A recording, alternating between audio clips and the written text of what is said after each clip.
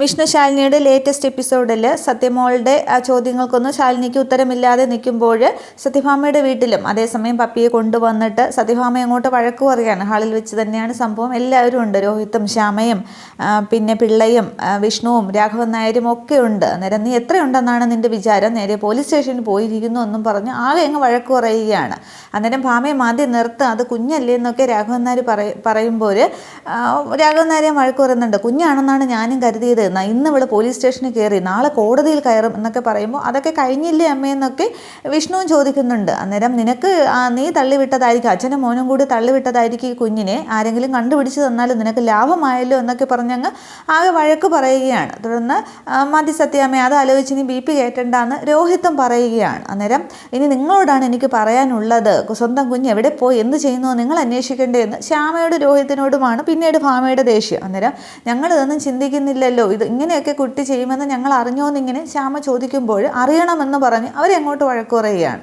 അന്നേരം ഈ പപ്പിമോള് പറയുന്നുണ്ട്, ചേച്ചിയമ്മയെ കണ്ടുപിടിക്കാനല്ലേ, അല്ലാതെ വേറെ ഒന്നിനും അല്ലല്ലോ എന്ന് പറയുമ്പോൾ അവളുടെ ഒരു ചേച്ചിയമ്മ ഒരു ഒറ്റ വീക്ക് വെച്ച് തന്നാലുണ്ടല്ലോ എന്നും പറഞ്ഞ് ഇങ്ങനെ അടിക്കാൻ കൈ ഓങ്ങുകയാണ്. അന്നേരം കുട്ടി അങ്ങ് സങ്കടപ്പെട്ട് കരയുകയാണ്. അന്നേരം രാഘവനാർ മതി ഭാമയെ നിർത്ത് എന്നൊക്കെ പറയുമ്പോൾ ഇല്ല, ചൊല്ലിക്കൊട് തല്ലിക്കൊട് തള്ളിക്കള എന്നുള്ളതാണ് ഈ ഭാമയുടെ ശീലം.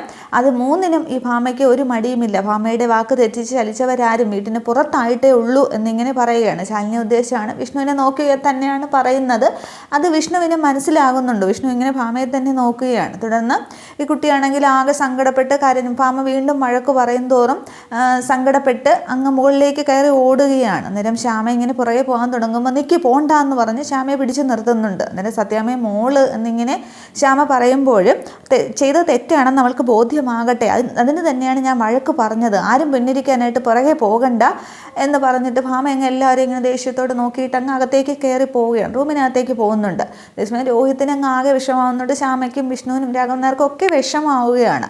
രോഹിത് ആകെ വിഷമിച്ച് ഇങ്ങനെ കസേരയിലേക്ക് ഇരിക്കുമ്പോൾ മോനെ രോഹിത്തെ നീ വിഷമിക്കണ്ട, ഭാമയ്ക്ക് അത്രയ്ക്ക് ഇഷ്ടമാണ് പപ്പിമോളെ, അതുകൊണ്ടാണ് ദേഷ്യത്തോടെ വഴക്ക് പറഞ്ഞത്, പിന്നെ നിങ്ങൾ മക്കൾക്ക് അറിയാത്തതല്ലല്ലോ അവളുടെ ദേഷ്യം എന്നിങ്ങനെ രോഹിത്തിനോട് പറഞ്ഞ് രോഹിത്തിനെ ആശ്വസിപ്പിക്കുകയാണ്. അതേസമയം വിഷ്ണു ആണെങ്കിൽ ഒന്നും മിണ്ടാതെ തന്നെ ഇരിക്കുന്നുണ്ട്. പക്ഷെ വിഷ്ണു എഴുന്നേറ്റ് പപ്പിയുടെ പിന്നാലെ മുകളിലേക്ക് കയറി പോവുകയാണ്. തുടർന്ന് വിഷ്ണു ചെന്ന് നോക്കുമ്പോൾ റൂമിൽ കട്ടിലിൽ നിന്ന് ഏങ്ങലടിച്ച് കരയുകയാണ്.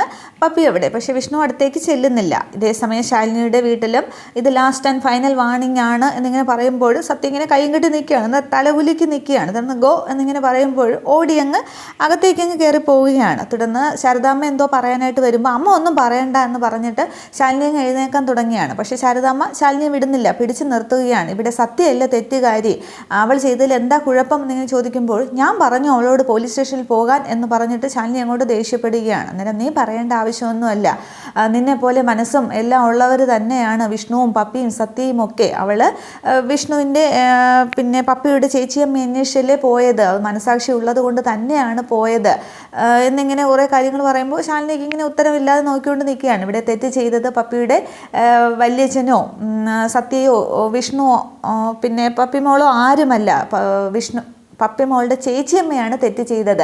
വിഷ്ണു വല്യച്ഛനോട് അവർക്ക് കാര്യങ്ങൾ, ചേച്ചിയമ്മയ്ക്ക് കാര്യങ്ങളെല്ലാം തുറന്നു പറയാമായിരുന്നു എന്ന് പറയുമ്പോൾ അതെങ്ങനെ പറയാൻ സാധിക്കും എന്നിങ്ങനെ ശാലിനി ചോദിക്കുകയാണ്. അന്നേരം സ്വന്തം കുഞ്ഞിനെ ദാനം ചെയ്ത മഹാമനസ്കതയല്ലേ, അതേപോലെ എല്ലാവർക്കും ഒരു മനസ്സുണ്ടെന്ന് നീ ആലോചിക്കണം. വിഷ്ണുവിനും പപ്പിക്കും സത്യയ്ക്കും ഒക്കെ ഒരു മനസ്സുണ്ട്, അത് നീ ഓർക്കാത്തത് എന്തെന്ന് ചോദിക്കുമ്പോൾ ഞാൻ സത്യയുടെ അമ്മയാണ് എന്നിങ്ങനെ പറയുകയാണ്. അന്നേരം അവളെ പ്രസവിച്ച് വളർത്തിയത് ഞാനാണ്, അപ്പോൾ അവൾ ഞാൻ പറയുന്നത് പോലെ കേട്ടാൽ മതി എന്നിങ്ങനെ ശാലിനി പറയുമ്പോൾ അങ്ങനെ ഞാൻ വാശി പിടിക്കുന്നില്ലല്ലോ മോളെ എന്നിങ്ങനെ ശാരദാമ്മ തിരിച്ച് ചോദിക്കുകയാണ്.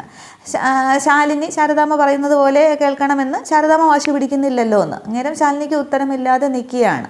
അന്നേരം നീ എല്ലാം തുറന്നു പറഞ്ഞിരുന്നെങ്കിൽ ഇങ്ങനെയുള്ള തെറ്റുകളൊന്നും ഉണ്ടാകുമായിരുന്നില്ല, ഇപ്പോൾ ഇവിടെ ഇങ്ങനെ വിഷയമേ ഉണ്ടാകുമായിരുന്നില്ല എന്ന് പറയുമ്പോൾ അതെന്നെ കൊണ്ട് എങ്ങനെ സാധിക്കും എന്നിങ്ങനെ പറഞ്ഞ് ശാലിനിയാണെങ്കിൽ ആകെ കരഞ്ഞ് നിൽക്കുകയാണ്. തുടർന്ന് ശാരദാമ്മ ചോദിക്കുന്ന ചോദ്യങ്ങൾക്കൊന്നും ശാലിനിക്ക് ഉത്തരവുമില്ല. ശാലിനിയുടെ ഭാഗത്താണല്ലോ തെറ്റ്, അതുകൊണ്ട് ശാലിനിയുടെ മകളായത് കൊണ്ടാണ് അവൾ പിന്നെ പപ്പിയുടെ ചേച്ചിയമ്മയെ അന്വേഷിച്ച് പോയത് എന്നൊക്കെ പറയുമ്പോൾ ശാലിനിക്ക് ആകെ സങ്കടം വരുന്നുണ്ട്. തുടർന്ന് ശാരദാമ്മ ദേഷ്യത്തോടു കൂടി അങ്ങ് പോവുകയാണ്. ശാലിനി ആകെ കരഞ്ഞ് അവിടെ ഇരിക്കുകയാണ്. തുടർന്ന് പപ്പിയാണെങ്കിൽ ആകെ വിഷമിച്ച് എല്ലാവരോടും ഒക്കെ പിണങ്ങി മുറ്റത്ത് ആ തിണ്ണയിൽ ഇങ്ങനെ വന്നിരിക്കുകയാണ്. അതേസമയം ശ്യാമയാണെങ്കിൽ കുട്ടികളുടെ ഭക്ഷണവുമായിട്ട് സുന്ദരിക്കുട്ടി ഇവിടെ ഇരിക്കുകയായിരുന്നു എന്നും പറഞ്ഞ് വരുന്നുണ്ട്. നമുക്കിത് കഴിച്ചാലോ എന്നും പറഞ്ഞിട്ട് പാത്രത്തിലുള്ള ഭക്ഷണം ഇങ്ങനെ ദോശ ഇങ്ങനെ പിച്ചി കുഞ്ഞിൻ്റെ വായിലേക്ക് വെച്ച് കൊടുക്കുകയാണ്. അന്നേരം എനിക്ക് വേണ്ട എന്നും പറഞ്ഞങ്ങ് നിൽക്കുകയാണ്. അന്നേരം മോൾ ഇങ്ങനെ അമ്മയെ വിഷമിപ്പിക്കല്ലേ എന്ന് പറയുമ്പോൾ, അപ്പോൾ ഞാൻ വിഷമിച്ചാൽ അമ്മയ്ക്ക് സങ്കടമില്ലേ? എത്ര നേരമായിട്ട് ഞാൻ ഇവിടെ ഇരിക്കുന്നു, എൻ്റെ അടുത്തേക്ക് അമ്മ പോലും വന്നില്ലല്ലോ എന്നിങ്ങനെ പറയുമ്പോൾ ശ്യാമ ഇങ്ങനെ കുഞ്ഞിനെ തന്നെ നോക്കുന്നുണ്ട്. ഭക്ഷണം കഴിക്കാൻ നിർബന്ധിക്കുകയാണ്. പക്ഷേ കുട്ടി ഇങ്ങനെ പിണങ്ങിയിരിക്കുകയാണ്. അതേസമയം വിഷ്ണു ഇങ്ങനെ ഇറങ്ങി വരുമ്പോൾ ഇവരുടെ സംസാരമൊക്കെ കാണുകയും കേൾക്കുകയും ചെയ്യുന്നുണ്ട്. അന്നേരം എന്താണ് എന്നും പറഞ്ഞ് വിഷ്ണു ഇങ്ങോട്ടത്തേക്ക് വരികയാണ്. അന്നേരം കഴിക്കില്ല എന്ന് വാശിയാണ് എന്നിങ്ങനെ ശ്യാമ പറയുന്നുണ്ട്. അന്നേരം അതിങ്ങനെ തന്നെ പപ്പി മോൾക്ക് വല്യച്ഛൻ കൊടുക്കാമെന്ന് പറഞ്ഞിട്ട് ആ പ്ലേറ്റ് വാങ്ങിക്കുന്നുണ്ട്. അന്നേരം മോൾ ഇത് കഴിക്കില്ലേ എന്നൊക്കെ ചോദിക്കുമ്പോൾ ഇങ്ങനെ തിരിഞ്ഞ് പിണങ്ങി അങ്ങ് ഇരിക്കുകയാണ്. അന്നേരം വിഷ്ണു ഇങ്ങനെ ശ്യാമയെ നോക്കുമ്പോൾ ശ്യാമ അങ്ങ് അകത്തേക്ക് കയറി പോകുന്നുണ്ട്. തുടർന്ന് വിഷ്ണുവും പപ്പിമോളും കൂടി ഇരിക്കുന്നതൊക്കെ ശ്യാമ ദൂരെ നോക്കിയിട്ട് അങ്ങ് അകത്തേക്ക് കയറി പോവുകയാണ്. അന്നേരം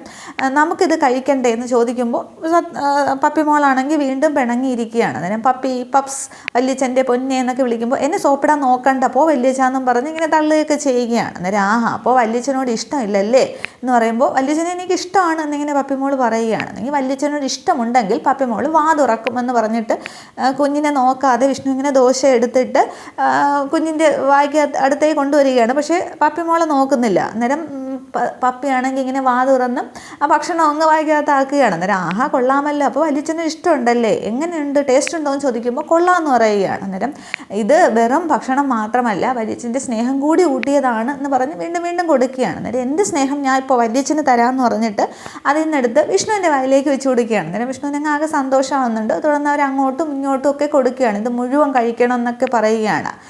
തുടർന്ന് ചോദിക്കുകയാണ് വിഷ്ണു വല്യച്ഛന് ഈ ലോകത്ത് ഏറ്റവും കൂടുതൽ ഇഷ്ടം ആരെയും ചോദിക്കുന്നുണ്ട്. അതെന്താ സംശയം, എൻ്റെ പപ്പിമോളെ എന്ന് പറയുമ്പോൾ അപ്പോൾ ചേച്ചിയമ്മ ഇഷ്ടമല്ലേ എന്നിങ്ങനെ ചോദിക്കുകയാണ്. അന്നേരം വിഷ്ണു ഇങ്ങനെ ഒരു നിമിഷം ഇങ്ങനെ ഷോക്കായിട്ട് ഇങ്ങനെ ശാലിനി ഇങ്ങനെ ഓർത്തിരിക്കുകയാണ്. അന്നേരം പറയും വല്യച്ഛാന്നും പറഞ്ഞ് പപ്പി ഇങ്ങനെ പിടിച്ച് കുലുക്കുന്നുണ്ട്. അന്നേരം ഇഷ്ടമാണ്, അപ്പോൾ എൻ്റെ എത്ര ഇഷ്ടമാണ്, അതെ ഇഷ്ടമാണെന്ന് പറയുന്നുണ്ട്.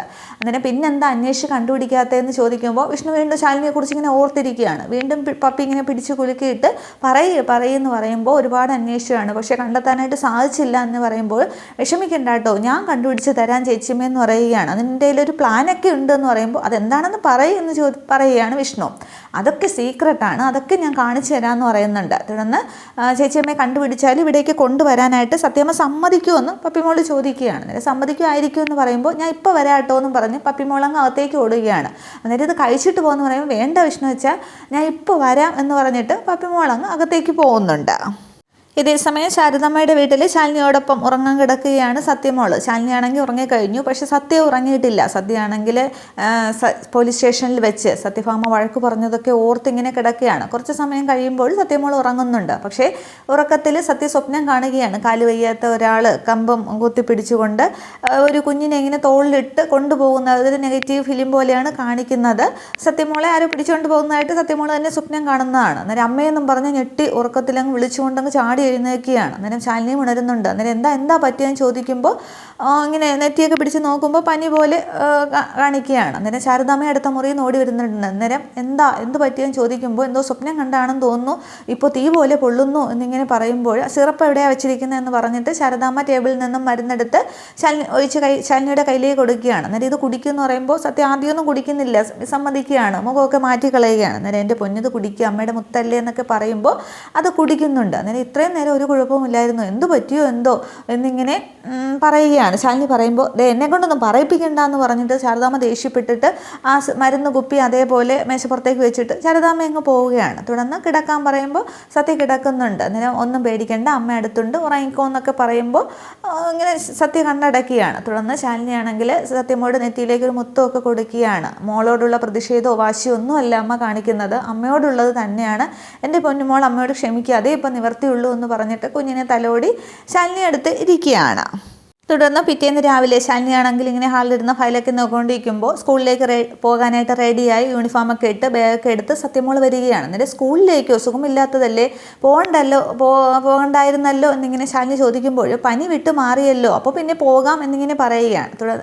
പുറകെ ശാരദാമ്മയും വരുന്നുണ്ട്. ഇവൾക്ക് എന്തോ ക്ലാസ് ടെസ്റ്റൊക്കെ ഉണ്ടെന്ന് പഠിക്കാൻ, അമ്മയെപ്പോലെ തന്നെ വാശിക്കാരിയാണല്ലോ എന്നിങ്ങനെ ശാരദാമ്മയും പറയുകയാണ്. ക്ലാസ് മിസ്സാക്കാനൊന്നും അമ്മ പറയില്ല, പിന്നെ സുഖമില്ലാത്തത് കൊണ്ട് പോണ്ടെന്നാണ് പറഞ്ഞത്. പിന്നെ മോളെ കൊണ്ടാക്കണ്ട എന്ന് കരുതി എനിക്കിന്ന് ഒരുപാട് ജോലിയുണ്ട്, ഞാനൊന്നും തീർത്തോ ഇല്ല എന്ന് പറയുമ്പോൾ അതിനെന്താ എന്നെ ശാരദാമ്മ കൊണ്ടാക്കുമല്ലോ എന്നിങ്ങനെ ശാരദാമ്മയെ നോക്കി സത്യ പറയുകയാണ്. അന്നേരം കുട്ടികൾ പഠിക്കാൻ ആഗ്രഹിക്കുമ്പോൾ അങ്ങനെ ചെയ്യുക തന്നെ വേണമെന്ന് ശാരദാമ്മ പറയുകയാണ്. ഞാൻ കൊണ്ടാക്കാമെന്ന് പറയുന്നുണ്ട്. തുടർന്ന് സത്യ ശാലിനിയോട് ചോദിക്കുകയാണ്, പിന്നെ വയനാട്ടിലെ ഉരുൾപൊട്ടലിലുണ്ടായ ദുരിതബാധിതർക്ക് വേണ്ടി ഫണ്ട് പിരിക്കുന്നുണ്ടായിരുന്നു, ഇന്ന് കൊണ്ട് ചെല്ലണമെന്നാണ് പറഞ്ഞതെന്ന്. തുടർന്ന് ശാലിനി പേഴ്സ് എടുത്തിട്ട് കുറച്ച് പൈസ എടുത്തിട്ട് കൊടുക്കുകയാണ്.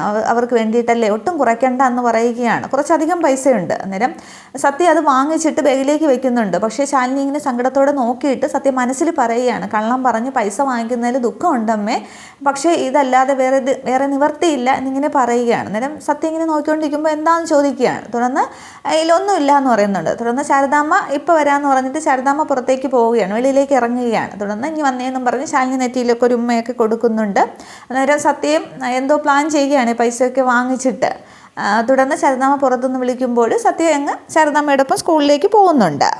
ഇതേസമയം ഭാമയുടെ വീട്ടിലും പപ്പിമോള് സ്കൂളിൽ പോകാനായിട്ട് റെഡിയായിട്ട് മോളിൽ നിന്ന് താഴേക്ക് ഇറങ്ങി വരികയാണ്. ശ്യാമ വേഗം കൊണ്ടൊക്കെ വരുന്നുണ്ട്. ഹാളിൽ രോഹിത്തും രാഘവൻ നായരും പിള്ളയുമുണ്ട്. അച്ചച്ചാന്നും പറഞ്ഞ് ഓടിച്ചെന്ന് രാഘവൻ നായരെ കെട്ടിപ്പിടിക്കുകയാണ്. അന്നേരം സ്കൂളിലേക്ക് പോകാൻ റെഡിയായോ, അപ്പോൾ സ്കൂളിലേക്ക് പോയി പഠിച്ച് മിടുക്കിയാകണം കേട്ടോ എന്നിങ്ങനെ പറയുകയാണ്. അന്നേരം ശ്യാമയും രോഹിത്തും ഒക്കെ ഇങ്ങനെ നോക്കിക്കൊണ്ട് നിൽക്കുകയാണ് കുഞ്ഞിൻ്റെ സന്തോഷം കണ്ടിട്ട്. പക്ഷെ പെട്ടെന്ന് ദേഷ്യത്തോടു കൂടി ഭാമകത്തു നിന്നും വരികയാണ്. അത്രയ്ക്ക് മിടുക്കിയൊന്നും ആകണ്ട കേട്ടോ എന്നിങ്ങനെ പറയുമ്പോൾ കുഞ്ഞിങ്ങനെ ഞെട്ടി ഭാമയെ തന്നെ നോക്കിക്കൊണ്ട് നിൽക്കുകയാണ്. എല്ലാവരും ഭാമയെ തന്നെ ശ്രദ്ധിക്കുന്നു. ഇത്രയും ആകുമ്പോൾ നാളത്തെ പുതിയ എപ്പിസോഡ് അവസാനിക്കുകയാണ്. അപ്പോൾ ഈ 2 പേരും കൂടി വീട് വിട്ടു പോകാനുള്ള പ്ലാനാണ് വച്ചിരിക്കുന്നത്. പക്ഷേ സ്കൂളിൽ പോകാതെ ശാരദാമ്മ സ്കൂളിൽ കൊണ്ടാക്കും സത്യമോളെ, ഇവിടെ രോഹിത്തും കൊണ്ടാക്കും. പക്ഷേ അവർ സ്കൂളിനകത്തേക്ക് കയറില്ല.